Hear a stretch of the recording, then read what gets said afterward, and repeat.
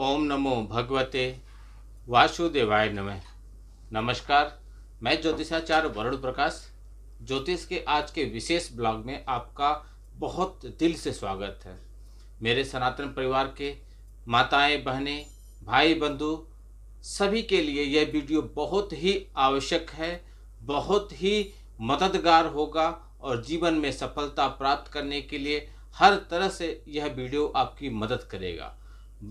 बस यह वीडियो देखने के लिए अपनी कुंडली ओपन कर लीजिए। अगर आपके पास कुंडली बनी है और नहीं है तो आप हमसे संपर्क कर लीजिए, हम आपकी कुंडली भी बना के दे देंगे।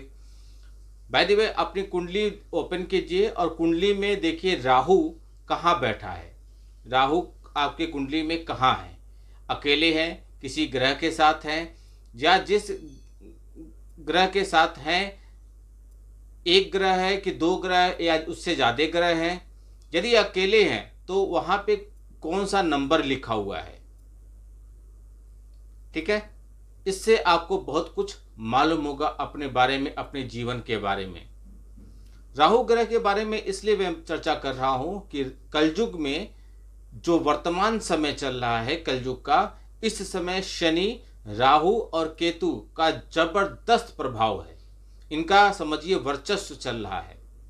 और वैसे भी राहु ग्रह यदि प्रसन्न है और आप उनको प्रसन्न कर ले जाते हैं, राहु ग्रह के लिए 90,000 मंत्रों का जाप करना पड़ता है, बहुत ज़्यादा भी नहीं है, लेकिन यदि आप उनको प्रसन्न कर ले जाते हैं तो आपके जीवन में धनों का अंबार लगा देंगे। राहु ग्रह वह ग्रह है जो किसी को राजा से रंक बनाने में क्षण भर नहीं लगाते और रंक को राजा भी बनाने में समय नहीं लगाते।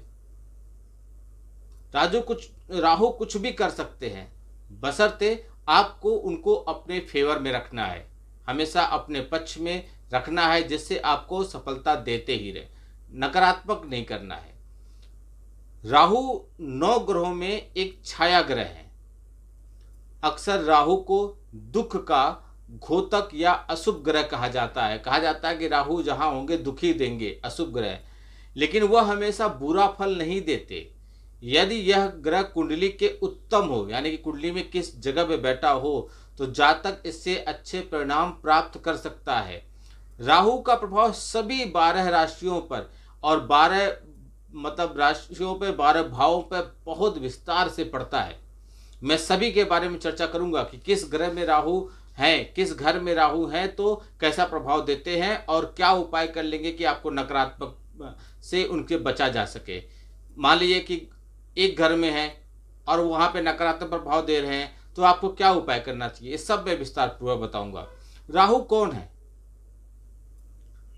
राहु एक ऐसे ग्रह हैं जिनका कोई अपना घर नहीं है। कुंडली में 12 स्थानों में से उनका घर खुद का एक अस्थाई घर नहीं है।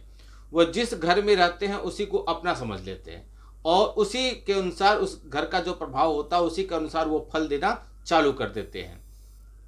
राहु की ये विशेषता है। राहु का जन्म कैसा हुआ सबको मालूम है कि एक सर्वभानु करके राक्षस था। जब अमृत कलश निकला समुद्र मंथन में तो देवताओं लोग को अलग बैठाया गया और जो राक्षस लोग थे उनको अलग बैठाया गया। उसमें से एक राक्षस बड़ी चालाकी से आकर देवताओं वाली लाइन में बैठ गया।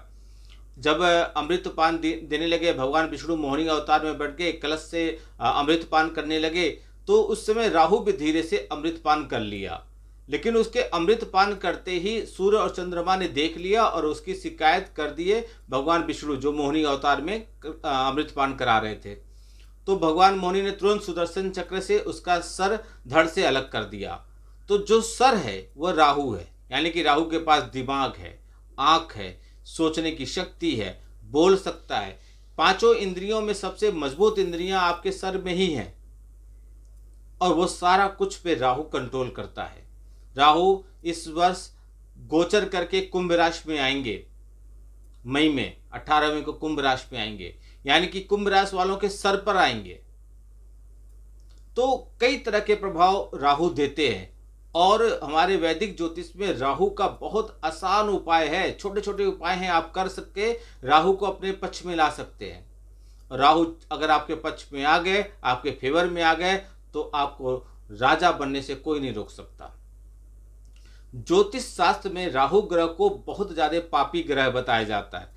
वैदिक ज्योतिष में राहु ग्रह को कठोर वाणी यानी कि तीखा बात करने वाला, अधर्मी, दुष्ट कर्म करने वाला, त्वचा से रोगी, जुआ खेलने वाला, फालतू फालतू यात्राएं करने वाला, चोरी करने वाला, धार्मिक यात्राएं भी कराते हैं राहु।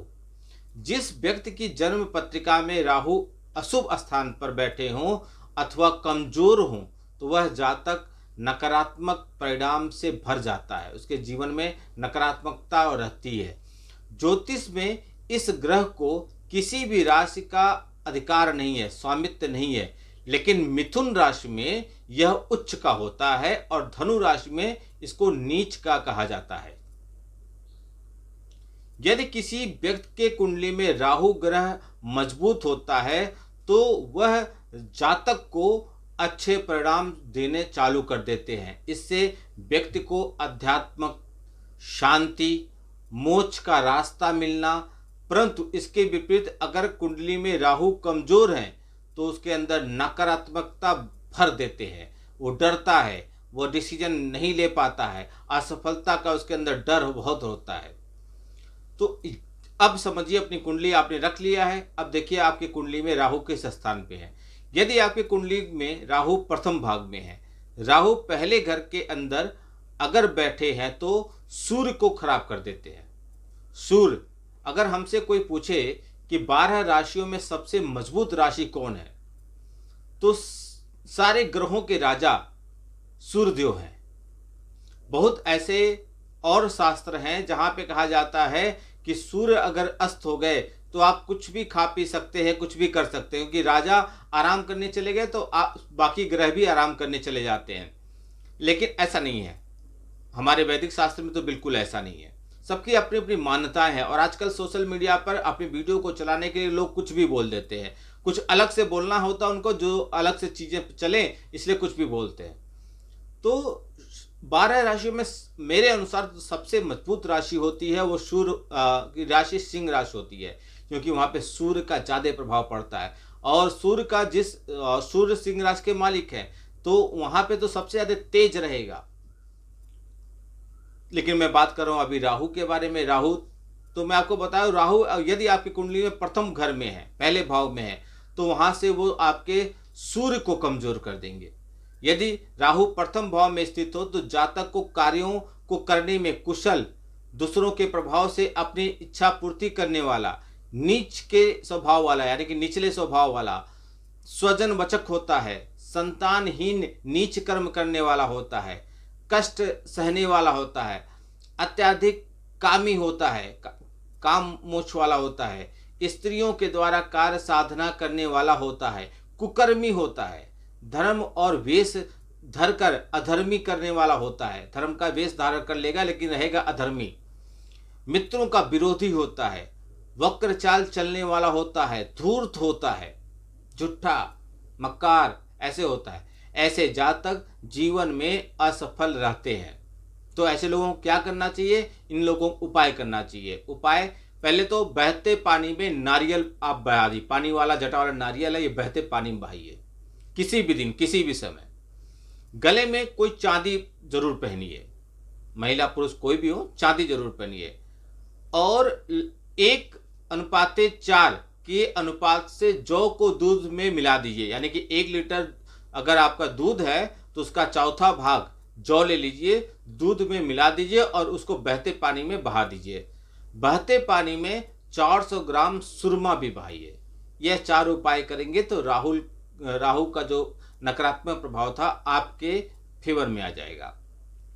यदि आपकी कुंडली में राहु दूसरे स्थान पे बैठे हैं तो यह बृहस्पति को खराब कर देते हैं। बृहस्पति यानी कि ज्ञान के देवता, गुरुओं के गुरु हैं, देवताओं के गुरु हैं, उनको वो खराब कर देता है। अगर राहु ग्रह द्वितीय भाव में हो तो जातक मिथ्यावादी, अभिमानी, निर्भय, बकवासवादी, पुत्र चिंता से युक्त रहने वाला, स्व कुटुंब का विनाश करने वाला, दुख भोगने वाला, भ्रमण करने वाला, कठोर स्वभाव वाला, धन की रक्षा करने वाला लेकिन होता है, परदेश में धन कमाने वाला होता है, अल्प संतान विहीन होता है, कटुभाषी होता है, राज कोप का भाजन उसको मिलता है तथा अल्पधनी होता है। इस भाव में राहु कई बार जातक को अकस्मात बहुत धन भी दे देते हैं। ऐसे लोगों को क्या उपाय करना चाहिए? तो ऐसे लोगों को शादी के बाद ससुराल वालों से कोई बिजली का सामान गिफ्ट में नहीं लेना चाहिए। प्रेस है, बिजली का कोई सामान जो बिजली से चलता हो। बृहस्पति ग्रह से संबंधित वस्तु जैसे सोना, केसर और पीले कपड़े इत्यादि का उपयोग में ज्यादा से ज्यादा लाना चाहिए। माँ के साथ सौहार्दपूर्वक संबंध रखिए और मृदुभाषी बनिए और चांदी की एक ठोस गोली अपने जेब में रखिए। इससे आपको राहु के नकारात्मक प्रभाव से लाभ मिल जाएगा। यदि आपकी कुंडली में राहु तीसरे भाव में है तो तीसरे भाव में राहु अच्छा माना जाता है।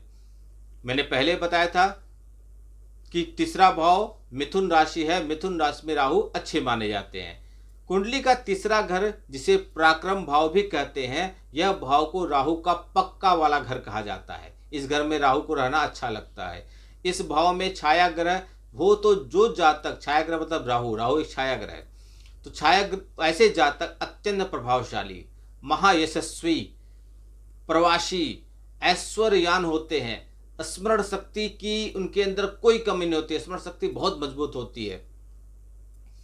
अल्प संत विहीन होते हैं, मात्र सुखहीन होते हैं, बलवान होते हैं, राज्य में मान्यता मिलती है, अनेक शत्रुओं वाले होते हैं परंतु शत्रु पर विजय प्राप्त करने वाले होते हैं, परम प्रतापी होते हैं, विलासी होते हैं, विद्वान बहुत ज़्यादा होते हैं, विवेकी होते हैं, योगाभ्यासी भी होते हैं।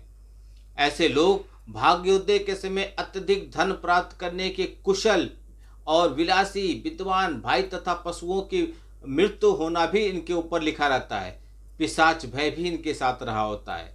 ऐसे लोगों को उपाय के तौर पर घर में हाथी दांत या हाथी दांत से बने हुए वस्तुओं को रखने से एकदम सख्त मनाही है। शरीर में कोई न कोई चांदी का आभूषण अवश्य पहनिए और भाइयों से कोई उपहार मत लीजिए। यदि आपके कुंडली में राहु चौथे भाव में है तो चौथे भाव में राहु गर्मी माना जाता है, गर्म माना जाता है और बुराई न करने की कसम खाता है। ऐसे व्यक्ति जब तक उसको खुद बुरा न कराया जाए, यानी कि वो आदमी सोचता मैं आज जीवन में कभी गलत काम नहीं करूंगा, लोग उसको करवा देते हैं क्योंकि राहु भ्रमित करते हैं। जातक की कुंडली में राहु चतुर्थ भाव में रहने से वह असंतोषी, दुखी, व्यर्थ विवादी, अभिमानी, क्रूर, मिथ्याचारी, अल्पभाषी, यात्री होता है, परदेशवासी होता है, बंधुहीन होता है, मातृ सुखहीन होता है, मित्र विमुख होता है, नीच संगी होता है, कम बोलने वाला बनता है। इसी के साथ पेट की बीमारी भी उसको रहती है और माता को कष्ट रहता है। ऐसे जातक को कम से कम 400 ग्राम धनिया या बादाम हर दिन लगभग 21 दिन तक लगातार उसको बहते पानी में प्रवाह करना चाहिए या दान करना चाहिए। और चांदी पहनना चाहिए गले में। गले में क्यों? क्योंकि राहु का संबंध गले से ऊपर तक के भाग में है, गला उसमें जुड़ा हुआ है, इसलिए। यदि आपके कुंडली में राहु 5वें भाव में है तो ऐसे में 5वां भाव आपको बगैर खराब हो, अगर आपकी कुंडली में और ऐसा है तो सूर्य को ग्रहण लगा देता है। 5वां भाव में राहु तो सूर्य के प्रभाव को ग्रहण लगा देता है, बृहस्पति को भी खराब कर देता है, यानी कि सूर्य और बृहस्पति दोनों खराब कर देता है 5वें भाव में बैठा राहु। शास्त्रों के अनुसार पुराणों को समझने वाला यह व्यक्ति होता है, लेकिन परंतु इसी के साथ इसकी मति मंद होती है। अधिक परिश्रम करने से भी उसका लाभ ही मिलेगा। विद्या अध्ययन करने वाला रहेगा, धर्म कर्म में रुचि रखने वाला होता है। यश न मिलने की वजह से वो कई बार चिंतित रहेगा। कुल तथा धन का नाश करने वाला होता है, कुकर्मी होता है, मित्र इसके पास बहुत कम होते हैं, धनहीन तथा कुटुंब का धन समाप्त करने वाला यह व्यक्ति होता है। ऐसे लोगों को उपाय के तौर पर शराब, मांसाहार, अंडे यानी कि जो अनैतिक चीजों उससे दूर रहना चाहिए। अपने घर में चांदी से बनी एक हाथी रखिए, साइज कोई भी हो लेकिन ठोस चांदी का हो। छोटा बड़ा कितना बड़ा भी ले लीजिए, लेकिन चांदी से बना हो, ठोस चांदी का हो। आप अपने क्षमता के अनुसार ले लीजिए। अपने जीवन साथी से 2 बार शादी कर लीजिए। एक बार हो गई है तो एक बार और मौका देख के शादी कर लीजिए। कोई ऐसा ज़रूरी नहीं है कि ढोल पूरा बैंड बाजा के साथ शादी कीजिए। किसी मंदिर में जाइए और किसी ब्राह्मण को बुलाकर आप वहाँ पे शादी कर लीजिए। राहु यदि आपकी कुंडली में 6वें भाव पे है तो 6वें भाव में राहु को शुभ माना जाता है। जातक की कुंडली में 6ठे भाव में जातक को रोगों से मुक्त कर देते हैं, बहादुर एवं बड़े बड़े काम करवा देते हैं, अरिष्ट निवारक होते हैं तथा शत्रुहंता एवं कमर दर्द से पीड़ित करते हैं। ऐसे लोग उपाय के तौर पर अपने जेब में हमेशा एक काजल की डिब्बी रखें, जिसको सुरमा भी कहते हैं। भाई बहनों को कभी भी नुकसान मत पहुंचाइए और एक काला कुत्ता पालिए। यदि आपकी कुंडली में राहु 7वें भाव में है तो 7वें भाव को राहु को अच्छा हो जाता है, अच्छा माना जाता है और वह जातक को धन दौलत सुख समृद्धि देता है। इंसान अपने पूरे परिवार का पालन पोषण करता है, साथ ही उनको एक साथ लेकर चलने की लालसा रखता है। बुद्धिमान, तेज दिमाग और बहुत ज़्यादा मतलब समझदार होता है। जातक की कुंडली में यह ग्रह यदि 7वें भाव में हो तो व्यापार में जातक को हानि, दुष्कर्म की प्रेरणा, अहंकारी, चतुर के साथ लोभी और दुराचारी बनाता है। सबसे ज्यादा प्रभाव गृहस्थ जीवन पर पड़ता है। यदि 7वें भाव में राहु हो तो स्त्री कष्ट और स्त्री नाशक बना देते हैं यहाँ पे राहु। ऐसे लोग उपाय के तौर पर नदी में 6 नारियल एक साथ प्रवाहित कीजिए। महीने में 1 बार कीजिए, साल में 12 बार, कोई भी दिन कोई भी समय। लेकिन जब मान लीजिए आपने 11 तारीख को किया तो हर महीने के 11 तारीख को कीजिए। 11 तारीख 11 का 11:11 राहु से संबंध रखता है, इसलिए मैं बोल रहा हूं। 21 साल से कम उम्र में पहले आप शादी मत कीजिएगा और हाथ में चांदी का कड़ा पहनिए, इससे आपको लाभ मिलेगा। यदि आपके कुंडली में राहु 8वें भाव में है तो 8वें घर राहु को अचानक फल देता है। अगर बुरा हो तो अचानक बैठे बिठाए बहुत बड़ा नुकसान भी करा देता है और अचानक से फायदा भी करा देता है। इस भाव में राहु हो तो जातक कभी लाभ और कभी हानि 50-50 के भाव में चलता रहता है। धन के रहते हुए भी उसका सुख नहीं मिलता, केवल एक ही बार भाग्योदय उसके जीवन में होता है, बारंबार उसका नुकसान होता है। अपवाद, कलेश करने वाला व्यक्ति होता है, पाप कर्म करने वाला होता है, ठीठ होता है, ठीठ समझते हैं, क्रोधी होता है, दुर्बल एवं हष्ट पुष्ट शरीर वाला होता है, यानी कि दुर्बल इच्छा शक्ति से लेकिन शरीर ठीक होता है। ऐसे लोगों को उपाय के तौर पर बिजली का काम या बिजली विभाग में जाके काम करें, तब इनको बहुत अच्छा लाभ मिलेगा। चांदी का एक चौकोर टुकड़ा हमेशा अपने पास रखिए और सोते समय तकिए के नीचे सौंफ रखकर सोइए, इससे आपको लाभ मिलने लगेगा। यदि आपके कुंडली में राहु 9वें भाव में है तो 9वां राहु का भाव, अगर 9वें भाव में राहु है तो ऐसे में वो जातक के बृहस्पति ग्रह को खराब कर देते हैं और बृहस्पति ग्रह की वजह से बाकी ग्रह को भी खराब करने की कोशिश करते हैं, यानी कि सबको छेड़ते रहते हैं। इस भाव में राहु जातक को समानतः धर्म अनुरागी बनाते हैं, धर्म कर्म करने वाला बनाते हैं, लेकिन कई बार उसे भंग कर अधार्मिक बनाते हैं, व्यर्थ परिश्रम कराते हैं, मतलब ऐसा परिश्रम जिसका कोई रिजल्ट ही नहीं मिले। खेत में जुताई करवा देंगे और वहां कुछ बीज नहीं बोआएंगे, भाग्यहीन बनवाते हैं, अपवित्र बनाते हैं, बंधुजनों होते हुए आप उसको बंधुजनों से दूर करवाते हैं, अल्प सुख भोगी बनाते हैं, तीर्थयाटन करने वाला बनाते हैं, प्रवासी और दरिद्र ऐसा व्यक्ति होता है और उसकी पत्नी अधर्मी होती है। ऐसे लोगों को उपाय करना चाहिए, ससुराल वालों से अच्छा संबंध बना के रखना चाहिए, हमेशा अपने शरीर पर सोना पहनना चाहिए, हमेशा घर में एक कुत्ता पालना चाहिए और प्रतिदिन केसर का तिलक लगाना चाहिए। इससे राहु आपको सकारात्मक परिणाम देंगे। यदि आपके कुंडली में राहु 10वें भाव पे है तो राहु जैसा 10वें भाव पे रहेंगे उसका प्रभाव ऐसा होगा कि जैसा शनि करेंगे वैसा ही राहु करेंगे, यानी कि शनि के प्रभाव से प्रभावित रहेंगे। इस भाव में छाया ग्रह हो तो जातक अत्यंत अभिमानी, सदैव खराब संगति में रहने वाला, परधन लोभी, दूसरे के पैसे को लोभी होता है, चिंता चतुर होता है, दीन होता है, मलिन होता है, व्यर्थ विवादी होता है, मन स्थान से जलने वाला होता है, स्त्री की मर्जी के अनुसार चलने वाला होता है, लोक निंदन ही होता है, चोर, दुष्ट, क्रूर, अपमानित होने वाला व्यक्ति होता है। ऐसे लोगों को उपाय के तौर पर नीली या काली टोपी हमेशा पहनना चाहिए। सर राहु से संबंध है इसलिए बोल रहा हूँ। नीली और काली टोपी दोनों में से कोई भी पहनते रहिए। सिर को ढक कर रखिए। किसी भी मंदिर में 4 किलो या 400 ग्राम एक होता खांड, वो चढ़ाइए। इसके अलावा उसे पानी में बहा दीजिए। अंधे लोग को खाना खिलाइए, इससे आपको लाभ मिल जाएगा। यदि आपकी कुंडली में राहु 11वें स्थान पर है तो ऐसे में राहु कुंडली में शनि के जैसा ही फल देगा, और शनि और राहु की युक्ति है 11वें स्थान में, तब और ज्यादा इंपॉर्टेंट है आपके लिए जानना। जातक की कुंडली में यह ग्रह यदि 11वें भाव में है तो अनियमित कार्यकर्ता, मित्र व्यय विद्वान, मलेच्छी शासक द्वारा सम्मानित, ऐश्वर्यशाली, विनोदी, परिश्रमी, व्यवसायी, विवाद विजयी, राजद्वार से प्रतिष्ठा पाने वाला, अच्छा वक्ता बनाता है। इसी के साथ आलसी, कलेशी, चंद्रमा से युक्त और राजयोग दिलाता है। ऐसे लोग अपने शरीर पर कोई न कोई लोहा जरूर पहने और चांदी के गिलास का इस्तेमाल करें पानी पीने के लिए।